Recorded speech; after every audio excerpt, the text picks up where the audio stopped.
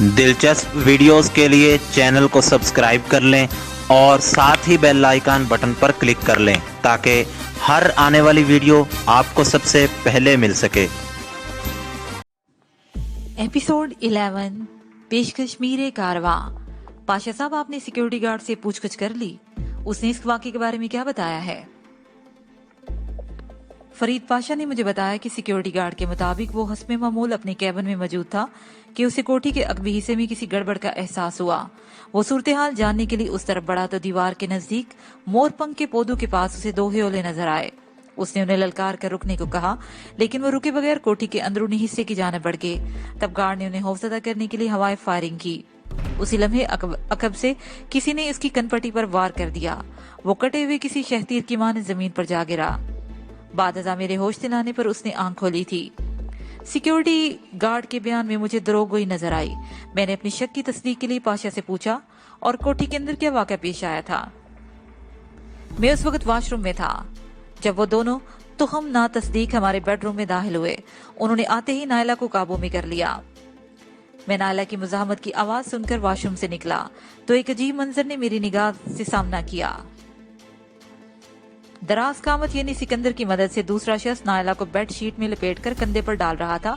मुझे बेडरूम में मौजूद पाकर सिकंदर मेरी जाने बढ़ा। मैंने उसकी आवाज और आंखों से पहचान लिया था। जब मैंने इसका नाम लेकर उसका रास्ता रोकने की कोशिश की तो सिकंदर मुझसे गत्थम गत्था हो गया। ऐसे नाजुक मौके पर वह मुझ पर गालिब आ रहा था कि सिकंदर के साथी ने नायला को बेड पर डालकर मेरे साथ क्या किया। मेरे सर पर किसी वजनी आहनिशा से भरपूर जरब लगाई। मेरी आंखों के सामने सितारे नाचने लगे। उस दौरान में नायला चादर में से अपना मुंह बाहर निकाल चुकी थी। उसने मुझ पर टूटने वाली क़यामत देखी तो उसके हलक से एक दिलहराश चीख बरामद हुई। मेरी सामान से टकराने वाली वो आखिरी आवाज थी। उसके बाद मुझे होश न रहा। सर पर लगने वाली क़यामत है इस चोट ने मुझे दुनिया और माफिया से बेखबर कर दिया।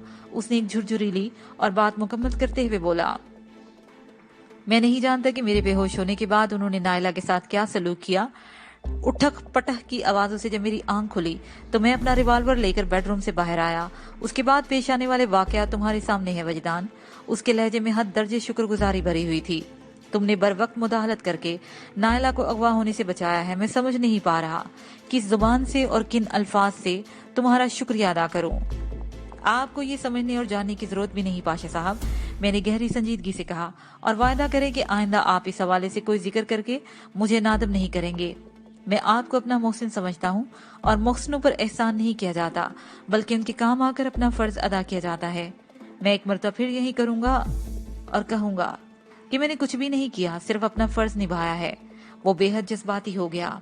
मैं भी फिर अपना फर्ज निभाऊंगा और इस तरह निभाऊंगा कि चौधरी नवाज़िश अली की साथ पुश्तें कानों को हाथ लगा लगा कर याद करेंगी और आंसू बहा बहा कर फरियाद करेंगी। मैं कल शाम से पहले पहले तैयारी मुकम्मल कर लूंगा। इंशाल्लाह परसों सुबह हम लोग सैयदपुर रवाना हो जाएंगे। सैयदपुर में रहते हुए हम चौधरी नवाज़िश अली की ईंट से ईंट बजा देंगे। वो जरा तवक्कुफ करने के बाद हिजान हेज लहजे में बोला, वजदान, मेरी बात का कोई गलत मतलब मत निकालना। मैं हलूसे दिल से कह रहा हूँ और ये कोई बदला चुकाने वाली बात नहीं। तुमने मेरी नायला को बचाया है। मैं तुम्हारी साहिल को सही सलामत चौधरी के कब्जे से निकालकर तुम्हारे हवाले करूंगा। उसके लिए चाहे मुझे किसी भी इंतहा से क्यों ना गुजरना पड़े। तुम देख लेना, तुम देखना वजदान में क्या करके दिखाता हूँ। वो उस वक्त इंतहाई जज्बाती हो रहा था, इसलिए मैंने उसका ध्यान बटाने की खातिर कहा, पाशा साहब, परसों की सुबह भी हासी दूर है। इससे पहले हमें यहाँ बहुत कुछ जरूरी काम निपटाना है। मसलन कौन से जरूरी काम? वो इस्तजाबिया नजर से मुझे देखने लगा। राना अजमत और उसके शैतान हैरहाहों का बंदोबस्त मैं करूंगा। कहीं तुम्हारा इशारा इस तरफ तो नहीं? मैंने नफी में गर्दन हिलाते हुए कहा। मेरा इशारा सिक्योरिटी गार्ड हादम हुसैन की तरफ है। क्या मतलब वजदान? वो चुकन्ना नजर से मुझे देखने लगा।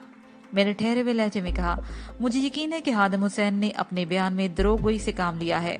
वो हकीकत को मसख करके पेश कर रहा है, जिससे जाहिर होता है कि वो आपकी बजाय दुश्मनों के साथ मिला हुआ है, उनका हैरहा है।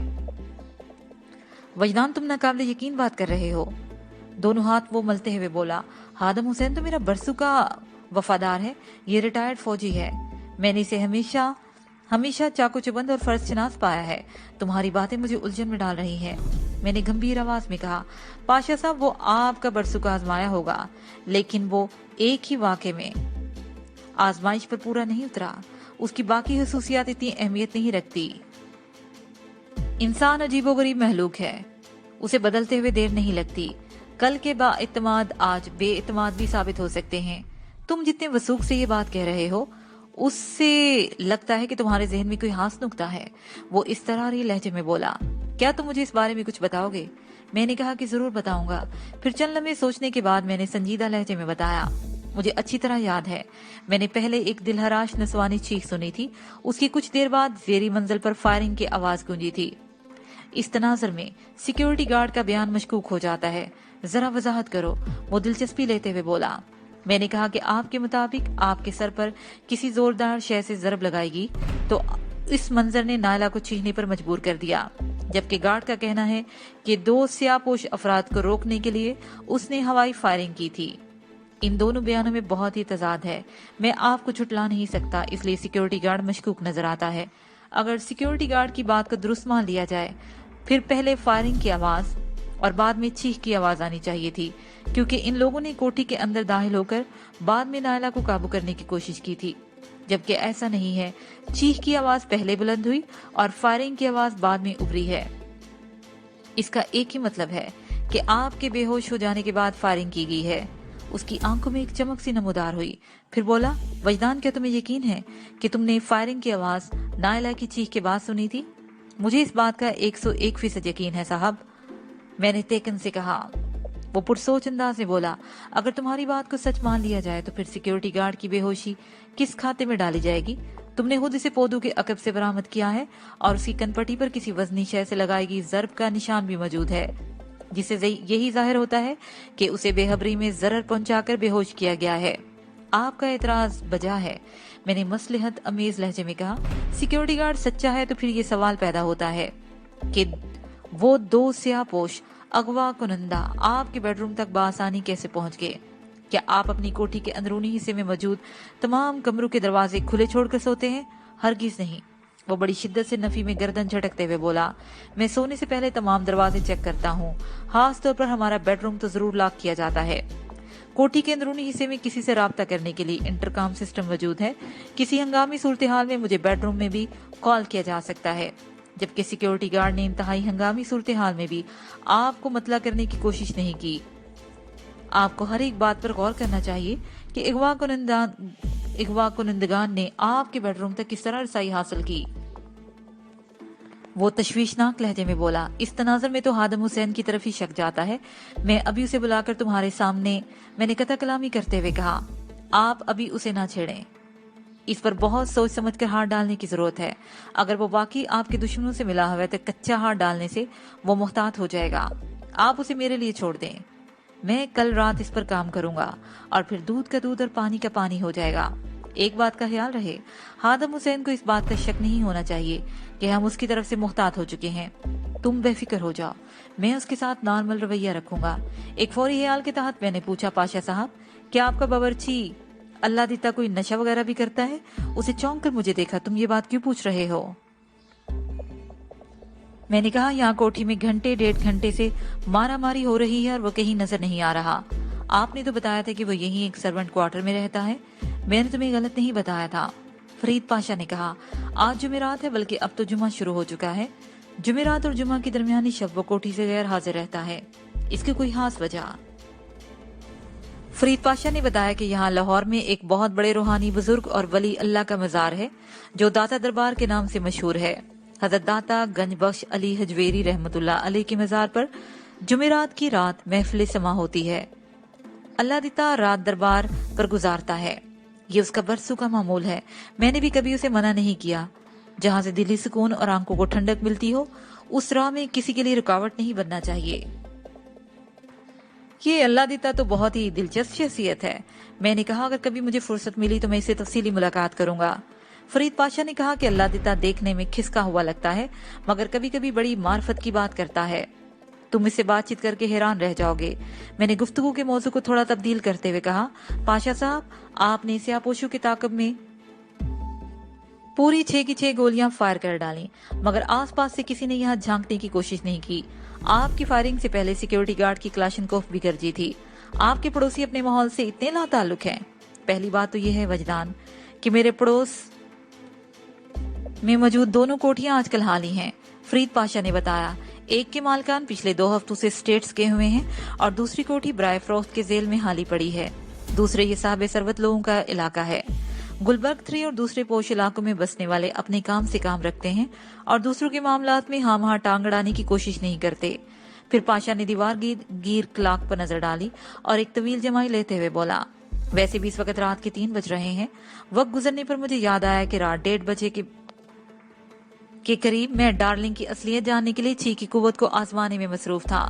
जेरी मंजिल पर तेजी से बदलती हुई सूरत हाल ने मुझे नीचे आने पर मजबूर कर दिया था और इस बात को लगभग 1.5 घंटा बीत चुका था। क्या डार्लिंग अब तक बेहोशी की हालत में टेबल पर ही पड़ी होगी? इस सवाल ने मुझे यकलत खड़ा होने पर मजबूर कर दिया। फरीद पाशा मेरी तरफ देखते हुए बोला, क्या हुआ वजदान? उसके इस्तफसार पर मैं गहरी तशवीश थी। मैं जरा ऊपर जा रहा हूँ, मैंने कदम बढ़ाते हुए कहा। खैर तो है, ऐसी क्या बात है? अभी आकर बताता हूँ। मैं कोठी के अंदरूनी हिस्से से निकलकर खुशनुमा और तरादार जीने की जानिब बढ़ गया। बलाई मंजिल पर कदम रखने से पहले ही मुझे मालूम हो गया फरीद पाशा भी मेरे ताकुब में चला आया था। मैंने उसकी जानिब तवज्जो दिए बगैर उस कमरे में कदम रख दिया जो शब बसरी के लिए मुझे दिया गया था। बेडरूम में कदमों से पहले मेरी निगाह दाखिल हो चुकी थी और ये निगाह कमरे में मौजूद हर शय को फरामोश करके सीधी उस मेज तक जा पहुंची जहां कुछ देर मैंने डार्लिंग को बेहोशी की हालत में छोड़ा था। वो मेज खाली थी। डार्लिंग का वजूद उस पर कहीं नजर नहीं आ रहा था। उस मंजर ने मेरी निगाह को धचका पहुंचाया। एक बेनाम से इज़्तिराब ने मेरे वजूद को अपने हिसार में ले लिया। मैं मुतलाशी नजर से बेडरूम के एक एक गोशे का जायजा लेने लगा। चंद लम्हात की तलाश से मुझे अंदाजा हो गया डार्लिंग उस मेज पर तो क्या उस पूरे कमरे में कहीं मौजूद नहीं थी। मेरे जहन ने तशवीश के आलम में सोचा, ये पुरस्कार बिल्ली कहाँ चली गई? अपने इस ख्याल पर मुझे खुद ही हंसी आ गई। अगर मैं डार्लिंग को एक पुरस्कार बिल्ली तस्लीम कर रहा था तो फिर कहाँ चली गई थी कि कोई अहमियत नहीं रह जाती। जो चीज इसरार से भरी हो वो कहीं भी और किसी भी वक्त आ जा सकती है। अपने अकब से मुझे फरीद पाशा की आवाज सुनाई दी, वजदान तुम मुझे हाथ से परेशान नजर आ रहे हो, तुम्हें किस चीज की तलाश है? डार्लिंग की। बेइख्तियार मेरे मुंह से निकल गया। डार्लिंग? उसे हैरत से दोहराया, फिर उसे फौरन याद आ गया मैं किस डार्लिंग का तस्करा कर रहा हूँ। जल्दी से बोला, अच्छा तुम अपनी बिल्ली को ढूंढ रहे हो। कहाँ चली गई तुम्हारी वो चहेती बिल्ली? अगर मुझे ये मालूम होता डार्लिंग कहाँ गई है तो मैं उसे वहीं जाकर तलाश करता। उसे मेरी इस बात पर कोई तबसरा नहीं किया। डार्लिंग की तलाश में मेरा साथ देने लगा। अगले 15 मिनट तक हमने कोठी की हर उस जगह को देख लिया था जहाँ डार्लिंग के पाए जाने के इम्कानात हो सकते थे, मगर वो हमें कहीं ना मिली, ना ही उसका कोई सुराग हाथ आया। इस तलाशी में टहलते हुए हम सिक्योरिटी गार्ड के पास भी गए और उससे भी डार्लिंग के बारे में पूछा। उसके जवाब से मुझे मायूसी हुई। उसने डार्लिंग को कहीं भी आते जाते नहीं देखा था। मैंने सिक्योरिटी गार्ड हादम हुसैन की आंखों में देखते हुए कहा, तुम थोड़ी देर पहले एक संगीन हादसे से गुजरे हो, अब तुम्हें आराम करना चाहिए। जो होना था वो हो चुका, अब वो लोग वापस नहीं आएंगे, तुम आराम से सो जाओ। मैं ठीक हूँ सर, वो मेरी जानब देखते हुए बोला, बस जरा सर में दर्द हो रहा है, ये तकलीफ काबिल बर्दाश्त है। फौज की मुलाजमत के दौरान मैंने इससे भी कई बड़ी बड़ी चोटें देखी हैं और सही हैं। अगर मैं सो गया तो ये फराइज में कोताही होगी। उसके लहजे में मुझे मक्कारी की बू आई। फरीद पाशा ने कहा, ठीक है, तुम उसी कैबिन में रहकर बासानी आराम कर लो और चुकन्ना नजर से गिरदोपेश का जायजा भी लेते रहो। सोने के लिए कल का दिन पड़ा है। पाशा के लहजे में रुखाई नजर आ रही थी। हम गेट के पास से वापस कोठी के अंदरूनी हिस्से में आ गए। मेरे जहन में एक ही जुमले की गर्दान थी, डार्लिंग कहाँ गायब हो गई? डार्लिंग के गियाब से मुझे वो रात याद आ गई जिस रात सुरमई रंगत वाली लैला ने मुझे तस्वीर किया था। मैं केडी स्कीम के उस बंगले में गुजारी हुई रात को जिंदगी भर फरामोश नहीं कर सकता था। पुरस्कार शक्तियों की मालिक नीलगिरी ने उस रात लैला के जुलों में मुझे पछाड़ा था और डार्लिंग आज फिर उसी तरह गायब हो गई थी। तो क्या नीलगिरी फिर कोई चमत्कार दिखाने वाली थी? इस सवाल ने मुझे झुरझुरी लेने पर मजबूर कर दिया। मैं उस तजर्बे को किसी भी कीमत पर दोहराने के हक में नहीं था। बाज़ खुशगवार तजर्बात ऐसे होते हैं जिनके माँ बाद असरात में तलही और संगीनों के सिवा कुछ नहीं होता। उस रात तो लैला ने जामे उम्मीद नामी मशरूब की मदद से मुझे होशो खुर से बेगाना करके कमजोर बना दिया था। इसीलिए नीलगिरी बासानी मुझे शिकार करने में कामयाब हो गई। अब ऐसी कोई सूरत हाल पेश नहीं आ सकती थी। दूध का जला छाछ भी फूंक फूंक कर पीता है।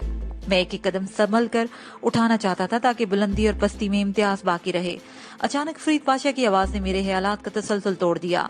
वो मुझसे पूछ रहा था, वजदान तुम किसी गहरी सोच में डूबे नजर आते हो, क्या तुम परेशान हो? हाँ, मैं थोड़ा सा परेशान हूँ, मैंने साफ गोई का मुजाहरा करते हुए कहा।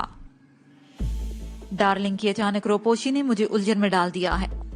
मैं फरीद पाशा को ये नहीं बता सकता था कि डार्लिंग कोई आम बिल्ली नहीं बल्कि असरार और रमूस में लिपटा हुआ एक सिल्की थान है जिसका एक एक तह में नाजो अदा की भूल भुलैयां हैं और उन पेच दर पेच भूल भुलैयों में इंसान खोता नहीं बल्कि फिसलता है और फिसलकर इस तरह चारों खाने चित होता है कि चश्मे फलक मुस्कुरा उठती है। इस हैरत आफरीन और दिल नशीन बिल्ली का इसरार मुझ पर खुलने ही वाला था कि वो मंजर से गायब होगी। मैं ये तफसील पाशा के सामने नहीं ला सकता था और ना ही लाना चाहता था। वो मुझे खामोश पाकर गंभीर आवाज में बोला, यार वजदान, तुम्हारी हालत देख के तो लगता है डार्लिंग की रोपोशी ने तुम्हें गहरे सदमे से दो चार कर दिया है। डार्लिंग की जुदाई ऐसा ही सितम ढाती है, मैंने मानी ही इस लहजे में कहा। इस सिलसिले में मैं तुम्हारी क्या मदद कर सकता हूँ? कोई कुछ नहीं कर सकता, मैंने एक तवील सांस खारिज करते हुए कहा। वो जिस तरह गई है वैसे ही वापस भी आ जाएगी।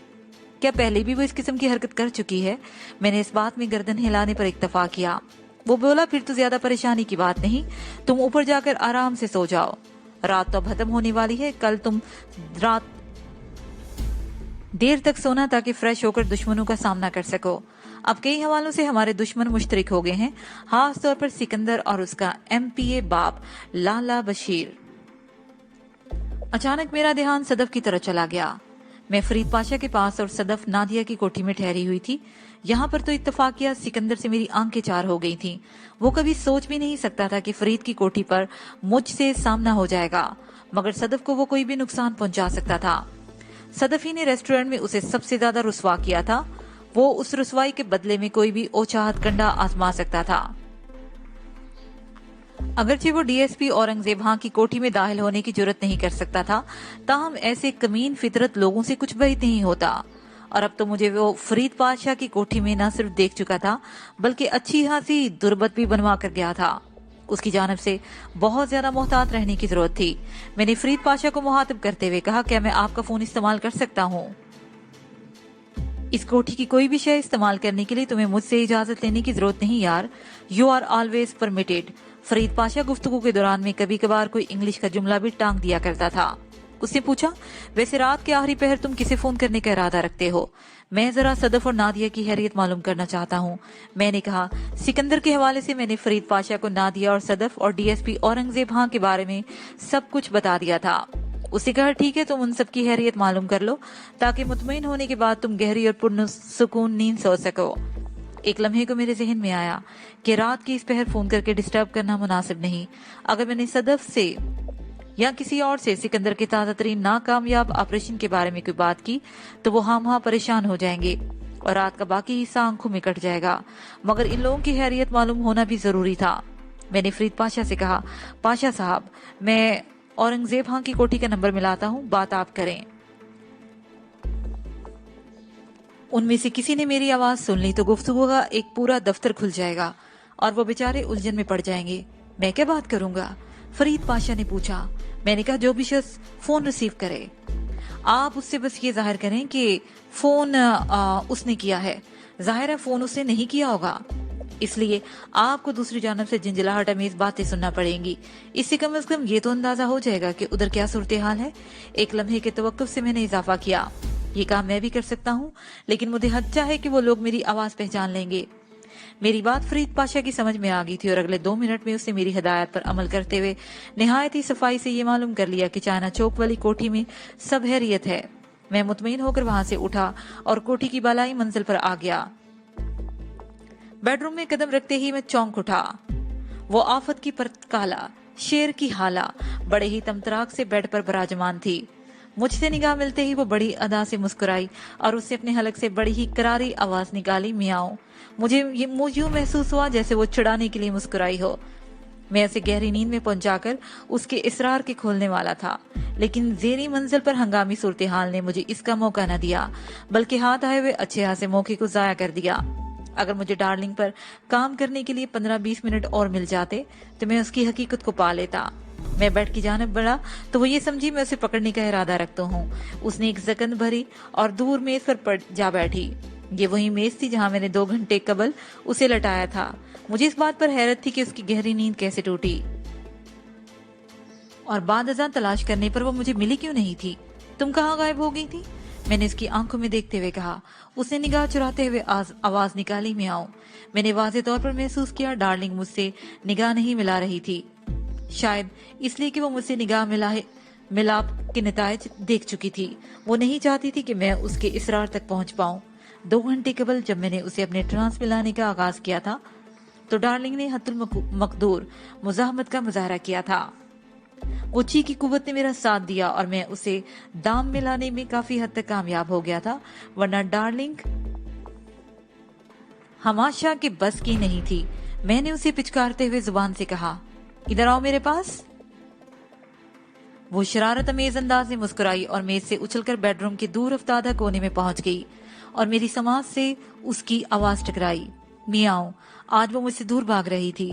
मेरी पुकार पर दौड़ी चले आने वाली कतराकर फासला बढ़ा रही थी, मगर उसके फरार और गुरेज में नाफरमानी या सरकशी का शायबा तक नहीं था, बल्कि उसकी इन अटकेलियों नुमा हरकत में शोही थी, जिसे वो नाजुक अदा दिखाकर अपना भाव बढ़ा रही हो। उस वक्त वो किसी शरीर और दिल पजीर बीवी से कम नजर नहीं आती थी। मेरा पूरा बदन थकन और नींद से चूर हो चुका था। पिछले 48 घंटों में मुझे आराम का कोई माकूल मौका नहीं मिला था। इससे पहले कि मैं खुद को नींद की देवी के हवाले कर देता, डार्लिंग ने मुझे अपनी जानिब मुतवज्जा करने की कोशिश की। मैं उसकी मियाओं पर उठकर बैठा। वो कलांचे भरती हुई एक पर्दे के पीछे जा छुपी। उसके अंदाज में एक खुला चैलेंज था, catch me if you can. Darling उस वक्त मुझे मशहूर अंग्रेज शायर रॉबर्ट ब्राउनिंग की महबूबा लगी। मासूफ का अपनी महबूबा से इश्क का बेशतर हिस्सा पर्दों की ओट पर मुश्तमिल है। पर्दे के पीछे पहुंचकर भी डार्लिंग को चैन न आया और वो वक्फे वक्फे से उसकी मियाऊं मियाऊं जारी रही, मगर मैं उसकी चाल में न आया। वो मुझे अपने पीछे दौड़ाने के मूड में थी। मैं इस किस्म की हवारी के बाद उसे पकड़ने का इरादा नहीं रखता था। बिल्ली को जबरदस्ती पकड़ने वालों के अंजाम से मैं वाकिफ था। मैं नहीं चाहता था सुबह फरीद पाशा के सामने मुझे जवाबदेह होना पड़े। वो मेरे हुलिये और हशर को देखकर पूछ सकता था, वजदान ये तो बताओ तुमने बिल्ली पकड़ी कैसे? मैंने डार्लिंग और उसकी मियाऊं मियाऊं को नजरअंदाज कर दिया। ये बात यकीन की तरह मेरे दिल में बैठ गई थी कि वो मुझे छोड़कर कहीं नहीं जाएगी। जब उसे मेरे पास आसपास ही रहना था तो फिर किसी और मुनासिब मौके पर उसे ट्राई किया जा सकता था। फिलहाल नींद पूरी करना और थकन उतारना ज्यादा जरूरी था। मैंने चंद गहरी सांसें लेकर बदन को ढीला छोड़ दिया, फिर अपने दिमाग को हदायत दी। मैं निहायती पुरसुकून मीठी और गहरी नींद सोऊंगा और जब तक मैं ज़हनी और जिस्मानी तौर पर फ्रेश नहीं हो जाता सोता रहूंगा। अलबत्ता अगर इस बेडरूम में और इस कोठी में मेरी नींद के दौरान कोई गैर मामूली वाकया पेश आ जाए तो मेरी आंख फौरन खुल जाएगी। मैं सोने से कबल अपने दिमाग को महसूस किस्म की हदायत देने का आदी था और मेरे दिमाग ने कभी नाफरमानी नहीं की थी और जिस्म के मुख्तलिफ हिस्सों को तरकीबात यानी सजेशंस और हदायत देने का तरीकाकार मुझे मास्टर हिंग पाई ने सिखाया था। मास्टर हिंग पाई योगा और मार्शल आर्ट्स का मुंतहा था। मैंने उस शख्स से जो कुछ सीखा वो एक यादगार की हैसियत रखता था। थकन और नींद के हुमार ने मेरे जिस्म और दिमाग को सोने के लिए पहले ही हमवार कर रखा था। इसीलिए हदायत के एहतमाम पर मैं नींद की हसीन और पुरकैफ वादी में दाखिल हो गया। दूसरे दिन कबल अज़ दोपहर मेरी आंख खुल गई। मैंने एक तवील अंगड़ाई लेकर बदन को खींचा, फिर आहिस्ता आहिस्ता तनाव कम करते हुए नॉर्मल हालत में आ गया। उस वक्त दीवार गिर क्लॉक पर मेरी नजर पड़ गई। क्लॉक के डायल पर 11:30 बजे थे। मैंने कम से कम 8 घंटे की नींद ली थी। अगरचे ये जमाशुदा नींद का अजाला तो नहीं था, ताहम इस भरपूर नींद के बाद मैं खुद को हल्का फुल्का और फ्रेश महसूस कर रहा था। मैंने बिस्तर छोड़ दिया और फिर बेड से उतरने लगा तो मुझे अपने पाँव के करीब मखमली सरसराहट महसूस हुई। सेकंड के 1000वें हिस्से में मुझे अंदाजा हो गया कि नीचे फर्श पर मेरे पाँव के पास डार्लिंग मौजूद थी। वो गोया स्लीपर्स से लगी बैठी थी और मेरे बेदार होने का इंतजार कर रही थी। उसके गुदाज लम्स ने मेरे वजूद में गुदगुदी कर दी। मैंने झुककर डार्लिंग को बाजू में उठा लिया, फिर गोद में लेकर प्यार किया। मेरा शफकत भरा हाथ उसके बदन पर महसूस हरकत करने लगा तो वो आंखें मूंद कर शांत हो गई। थोड़ी देर के बाद मैंने उसे फर्श पर छोड़ दिया। वो तेजी से दौड़ते हुए बेडरूम के दाखिली दरवाजे के पास पहुंच गई। मैंने उसकी इस फितरी जरूरत का एहसास करते हुए दरवाजा खोल दिया। वो झपाक से बाहर निकल गई। मैं दरवाजा खुला छोड़कर वॉशरूम में घुस गया। आधे घंटे बाद जब मैं फ्रेश अप होकर वॉशरूम से बाहर निकला तो फरीद पाशा बेडरूम में मौजूद था। मुझ पर नजर पड़ते ही वो फराह दिली से मुस्कुराया और दोस्ताना अंदाज से बोला, वजदान, अगरचे सुबह को गुजरे हुए काफी वक्त बीत चुका है, मगर फिर भी मैं यही कहूंगा कि गुड मॉर्निंग। मॉर्निंग पाशा साहब, मैंने जवाबन कहा। तुम्हारे चेहरे से लगता है कि नींद और थकन को तुम कहीं दूर धकेल आए हो। कोशिश तो यही की है, मैंने कहा। फिर रस्मी अंदाज में पूछा, क्या खबरें हैं? खबरें हासी गर्मा गर्म है, वो जोश भरे लहजे में बोला। मैंने कहा कि आपका अंदाज बता रहा है कि आपके पास मेरे लिए कोई खास खबर है। खबर नहीं, खबरें हैं, वो हिजान है इस लहजे में बोला। तुम नीचे चलो, फिर पता चलेगा कैसी कैसी खबर तुम्हारी मुंतजिर बैठी है। एक लम्हे को रुक कर उसने जल्दी से इजाफा किया, और हाँ, वो तुम्हारी लाडली बिल्ली भी मुझे थोड़ी देर पहले नजर आई थी। मैंने उसे दीवार फलांग कर बाहर जाते देखा है। डार्लिंग ने रात मेरे बेडरूम में ही गुजारी है, मैंने शूज पहनते हुए सरसरी अंदाज में कहा। वो रात जैसे अचानक गायब हुई थी वैसे ही जाहिर हो गई। वजदान, तुम्हारी डार्लिंग बड़ी ही हैरत अंगेज बिल्ली है, फरीद पाशा ने कहा। मैंने इसकी राय पर कोई तबसरा नहीं किया और पूछा, पाशा साहब, आपकी वाइफ की तबीयत अब कैसी है? एकदम नॉर्मल, वो मजबूत लहजे में बोला। नायला बड़ी हिम्मत वाली है, बहरानी सूरत हाल से वक्ती तौर पर नर्वस हो गई थी, मगर अब सब ठीक है। वो तुम्हारी बेहद शुक्रगुजार है और डाइनिंग टेबल पर तुम्हारा इंतजार करने वालों में वो भी शामिल है। क्या मतलब? मैं उसकी बात सुनकर चौंक गया। क्या कुछ और लोग भी वहां मौजूद हैं? उसने मुस्कुराकर इस बात में सर हिला दिया। मुंह से कुछ कहना जरूरी न समझा।